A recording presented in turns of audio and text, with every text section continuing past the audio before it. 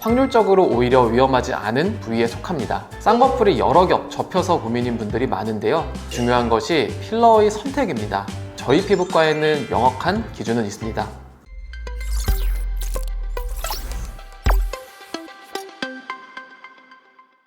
안녕하세요. 피부1타 민원장입니다.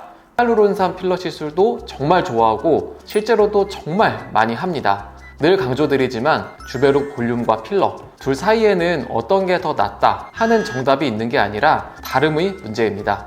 주베룩으로는 하기 힘든 부위의 볼륨은 필러로 할 수밖에 없는데요.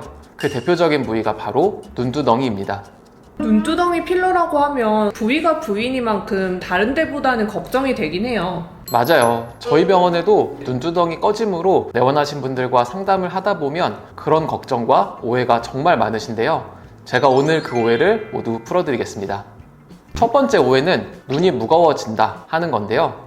눈두덩이의 꺼짐이 채워지면 오히려 눈이 가벼워지고 안구 건조증이 굉장히 많이 개선됩니다. 상식적으로 필러 무게 때문에 처지거나 무거워지는 거 아니에요? 눈두덩이 필러는 부위 특성상 실제로 정말 소량이 들어갑니다. 이 정도의 무게로 무거워지거나 처질 수는 없습니다. 그래도 부위가 부위니만큼 다른 데보다 좀 위험하긴 하죠? 두 번째 오해가 바로 눈두덩이 필러가 위험하다는 인식입니다. 눈두덩이 필러는 다른 필러 시술에 비해서 시술도 빨리 끝나고 확률적으로 오히려 위험하지 않은 부위에 속합니다. 완전 의외인데요? 그래도 부위가 부위니만큼 좀 아프긴 하죠? 세 번째 오해는 통증이 심하다고 생각하시는 건데요. 통증은 물론 개인 차이가 있습니다. 하지만 대부분의 경우 눈이라는 부위 특성상 안구 근처다 보니까 무섭게 느껴지는 것이 문제지 실제로 주사 시술할 때 통증이 걱정할 만한 시술은 정말 아닙니다.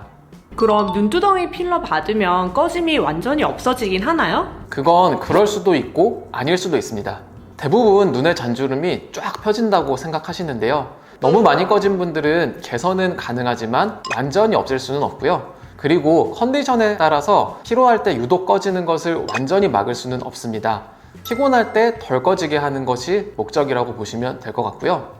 그리고 이 부위 고민을 가지신 분들 중에 쌍꺼풀이 여러 겹 접혀서 고민인 분들이 많은데요. 눈두덩이 필러는 꺼짐에 의한 주름은 개선이 되지만 더불어 쌓인 눈꺼풀까지 개선될 수는 없습니다. 눈두덩이 필러 받는 환자분들의 공통점이 있다고요? 네, 워낙 많이 하는 시술 중 하나인데 재밌게도 피드백이 거의 비슷합니다.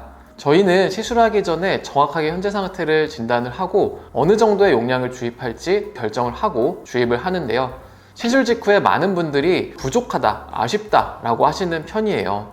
왜냐면 필러가 수분을 끌어당겨서 점점 볼륨이 차기 때문에 시술 직후에는 일부러 조금 부족하게 주입을 하는 편입니다. 그래서 대부분의 경과를 보면 1, 2주 이내로 개선이 되고 그때 가서 만족하시는 경우가 많고요.